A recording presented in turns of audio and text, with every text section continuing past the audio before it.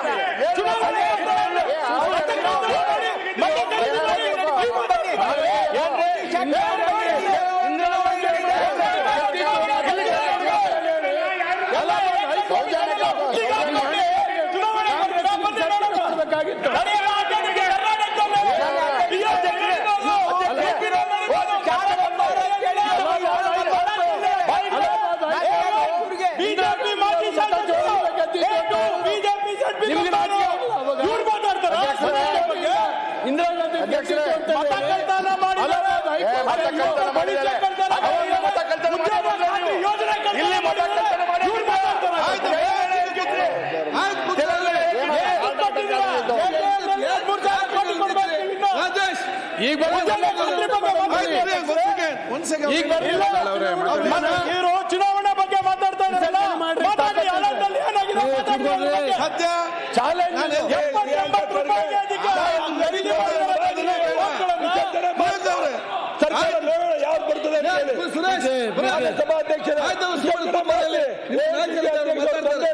ಆಯ್ತು, ನಿಮ್ಮ ನಾಯಕರಿದ್ದಾರೆ ಮಾತಾಡ್ತಾರೆ.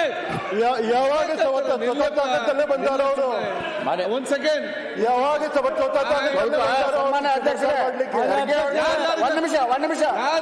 ನಿಮಿಷ ಕೊಡಿ. ಶಿಸ್ತುಬಲ ಒಂದ್ ಸೆಕೆಂಡ್. ಯಾರಿಗಾರಿಗೆ ಚುನಾವಣೆ ಬೇಕು ದಯವಿಟ್ಟು ಕೈ ಎತ್ತಿ, ರಾಜೀನಾಮೆ ನನ್ನ ಕೈಯಲ್ಲಿ ಕೊಡಿ, ನಾನೀಗ ಎಸಪ್ ಮಾಡ್ತೇನೆ. ನಾನು ಇಷ್ಟ ಅವ್ರು ಯಾರೋ ಹೇಳ್ತಾ ಇದ್ರು ಮೊನ್ನೆ, ಡಿ ಕೆ ಶಿವಕುಮಾರ್ ಅವರು. ಅಲ್ಲ, ಒಂದೇ ನಿಮಿಷ. ಅಲ್ಲ, ಯಾರ ಪ್ರೋಗ್ರಾಮ್ ಸೋಮವಾರ ಆದ್ರೇನು? ಈಗ ನಿನ್ನೆ ನೀವು ಅದ್ ಲೆಕ್ಕ ಇಲ್ಲ ಹಂಗಾರ. ದಿನ ಅವಕಾಶ ಇಲ್ಲ, ಅವಕಾಶ ಇಲ್ಲ. Priyank, we are not defending. 3 ದಿನ ಆಯ್ತು, 4 ದಿನ ನಾವು ಕೇಳ್ತಾ ಇರುವುದು ತಪ್ಪಂತ ನಾವು ಹೇಳ್ತೇವೆ. ಬಟ್ 4 ದಿನ ಆಯ್ತು, 5 ದಿನ ಆಯ್ತು. ಅಲ್ಲ, in the available first opportunity suo motu statement ಮಾಡೋದಾಯ್ತು. ಆಯ್ತು, ಈಗ ಬಂದಿದ್ದಾರೆ ಮಂತ್ರಿ, ಬಂದಿದ್ದಾರೆ, ಉತ್ತರ ಕೊಡ್ತಾರೆ. ಮಂತ್ರಿ ಅವರೇ. ಸನ್ಮಾನ್ಯ ಅಧ್ಯಕ್ಷರೇ, ಮೊನ್ನೆ ಶಾಸಕರಾದಂಥ ಮಹೇಶ್ ತೆಂಗಿನಕಾಯಿ ಅವರು ಗೃಹಲಕ್ಷ್ಮಿಯ ವಿಚಾರವಾಗಿ ಒಂದು ಪ್ರಶ್ನೆಯನ್ನು ಕೇಳಿದರು.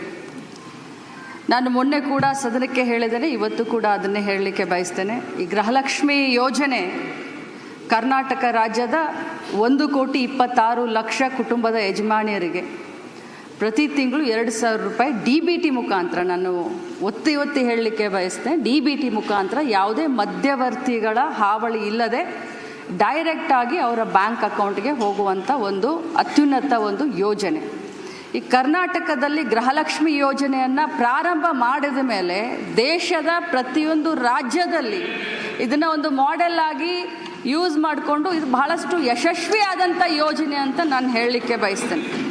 ನಾನು ಮೊನ್ನೆ ಕೂಡ ಸದನಕ್ಕೆ ಒಂದು ಮಾತನ್ನು ಹೇಳಿದೆ. ಇಲ್ಲಿಯವರೆಗೆ 23 ಕಂತುಗಳನ್ನು ಹಾಕಿದ್ದೇವೆ. 46,000 ರೂಪಾಯಿಗಳು ಒಬ್ಬೊಬ್ಬ ಮನೆಯ ಯಜಮಾನಿಗೆ 1,26,00,000 ಮನೆಯ ಯಜಮಾನಿಗಳ ಕುಟುಂಬದ ಯಜಮಾನಿಗಳಿಗೆ ಸಿಕ್ಕಿದೆ ಅಂತ ಮೊನ್ನೆ ಕೂಡ ನಾನು ಹೇಳಿದ್ದೀನಿ. ಈ ಹೇಳುವಂಥ ಸಂದರ್ಭದಲ್ಲಿ ಪದೇ ಅವರು ಹೇಳ್ತಾ ಇದ್ರು ನನಗೆ ಫೆಬ್ರವರಿ ಮತ್ತು ಮಾರ್ಚ್ ಇದು ಬಂದಿಲ್ಲ ಅಂತ ಹೇಳ್ತಾ ಇದ್ರು ಸದಸ್ಯರು. ನಾನು ಹೇಳಿದೆ ಆಗಸ್ಟ್ವರೆಗೂ ಕ್ಲಿಯರ್ ಮಾಡಿದ್ದೀನಿ ಅಂತ ನಾನು ಹೇಳಿದೆ. ಮಾನ್ಯ ವಿರೋಧ ಪಕ್ಷದ ನಾಯಕರು ಕೂಡ ಹೇಳಲಿಕ್ಕೆ ಬಯಸ್ತೀನಿ, ತಾವು ಭಾಳಷ್ಟು ಅನುಭವಿಸ್ತಿದ್ದೀರಿ ಸರ್.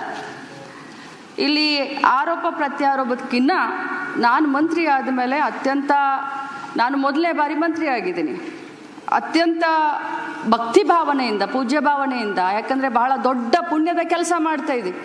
ಗೃಹಲಕ್ಷ್ಮಿ ಯೋಜನೆ ಮನೆಯಲ್ಲಿ ಯಾರು ನಮಗೆ ಗೃಹಲಕ್ಷ್ಮಿ ಅಂದ್ರೋ ಇಲ್ಲೋ ಗೊತ್ತಿಲ್ಲ, ಕರ್ನಾಟಕದ ಕಾಂಗ್ರೆಸ್ ಪಕ್ಷದ ಸರ್ಕಾರ ಮಹಿಳೆಯರಿಗೆ ಗೃಹಲಕ್ಷ್ಮಿಯನ್ನು ಕೊಡುವ ಯೋಜನೆ ಮುಖಾಂತರ ಅವ್ರಿಗೆ ಗೃಹಲಕ್ಷ್ಮಿ ಅಂತ ಅನ್ತಾ ಇದೆ.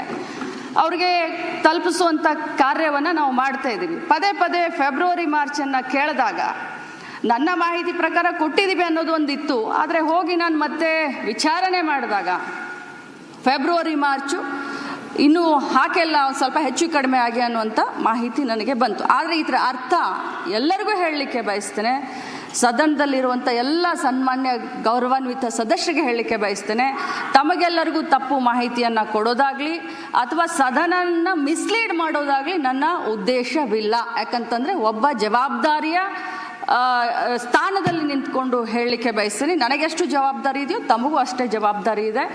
ನಾನು ಖಂಡಿತವಾಗ್ಲೂ ಫೈನಾನ್ಸ್ ಮಿನಿಸ್ಟ್ರು ಸಿದ್ದರಾಮಯ್ಯ ಸಾಹೇಬ್ರಿದ್ದಾರೆ, ಮುಖ್ಯಮಂತ್ರಿಗಳಿದ್ದಾರೆ, ಫೈನಾನ್ಸ್ ಡಿಪಾರ್ಟ್ಮೆಂಟ್ ಹತ್ರ ಮಾತಾಡ್ತೀವಿ. ಯಾಕೆ 2 ತಿಂಗಳದ ವ್ಯತ್ಯಯ ಆಯಿತು, ಆಗಿದ್ರೆ ಅದನ್ನು ಮಾತಾಡಿ ಆದಷ್ಟು ಶೀಘ್ರದಲ್ಲೇ, ಮೊನ್ನೆ ಹೌಸ್ನಲ್ಲಿ ಮುಖ್ಯಮಂತ್ರಿಗಳು ಕೂಡ ಹೇಳಿದ್ದಾರೆ, ಅದನ್ನು ಆಗಲಿಲ್ಲ ಅಂತಂದರೆ ಶೀಘ್ರದಲ್ಲಿ ಮಾಡ್ತೀವಿ. ಬಟ್ ಇದರ ಅರ್ಥ ಆ ದುಡ್ಡನ್ನು ಬೇರೆ ಕಡೆ ಡೈವರ್ಟ್ ಆಯಿತು, ಅದಾಯಿತು ಇದಾಯಿತು ಅಂತಲ್ಲ.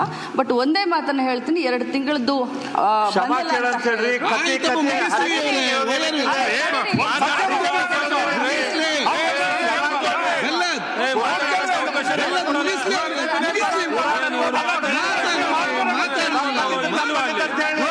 ವಿರೋಧ ಮಾಡಿದವ್ರು ನೀವು.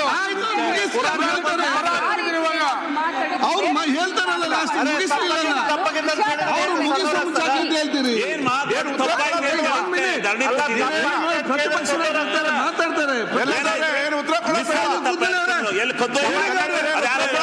ಶಿವಲಿಂಗ ಅವ್ರೆ ಕೂತ್ಕೊಳ್ಳೊಮ್ಮೆ. ಶಿವಲಿಂಗ ಅವ್ರು ಕೂತ್ಕೊಳ್ಳಿ. ಆಯ್ತು, ಅವ್ರ ತಪ್ಪ, ನೀವ್ಯಾಕೆ ತಪ್ಪು ಮಾಡ್ತೀರಿ? ಆಯ್ತು, ಒಮ್ಮೆ ಕೂತ್ಕೊಳ್ಳಿ. ಈಗ ಆಯ್ತು, ಕೂತ್ಕೊಳ್ಳಿ. ಶಿವಲಿಂಗ ಅವ್ರೆ ಕೂಡ್ರಿ ನೀವು ಜರ. ಆಯ್ತು, ಅವ್ರು ಉತ್ತರ ಕೊಡ್ಲಿಕ್ಕೆ ಕಂಪ್ಲೀಟ್ ಮಾಡ್ಲಿ.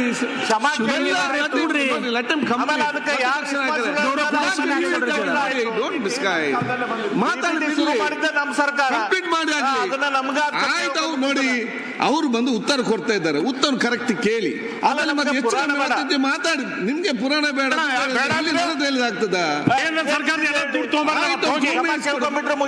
ಆಯ್ತು, ಈಗ ಒಂದ್ ಸೆಕೆಂಡ್ ಮಾತಾಡ್ಲಿ. ಆಯ್ತು, ಕೂತ್ಕೊಳ್ಳಿ ಮೈ. Sir, I have completed my this one. ನಾನು ಇಂಟೆನ್ಷನಲಿ ನಮಗೆ ಈ ಒಂದು ಸದನವನ್ನು ಮಿಸ್ಲೀಡ್ ಮಾಡುವಂಥ ಇಂಟೆನ್ಷನ್ ಇರಲಿಲ್ಲ. ಆದರೆ ನಾನು ಹೋಗಿ ಚೆಕ್ ಮಾಡಿದಾಗ 2 ತಿಂಗಳದ ಹೆಚ್ಚು ಕಡಿಮೆ ಆಗಿದೆ ಅನ್ನೋದು ಗೊತ್ತಾಯಿತು. ಅದನ್ನು ಮುಂದಿನ ದಿನದಲ್ಲಿ ನಾನು ಸರಿ ಮಾಡ್ತೀನಿ. ನನ್ನ ಮಾತಿನಿಂದ ಯಾರ್ದಾದ್ರೂ ಭಾವನೆಗೆ ಇದಾಗಿದ್ರೆ ನಾನು ವಿಷಾದವನ್ನು ವ್ಯಕ್ತಪಡಿಸ್ತೀನಿ.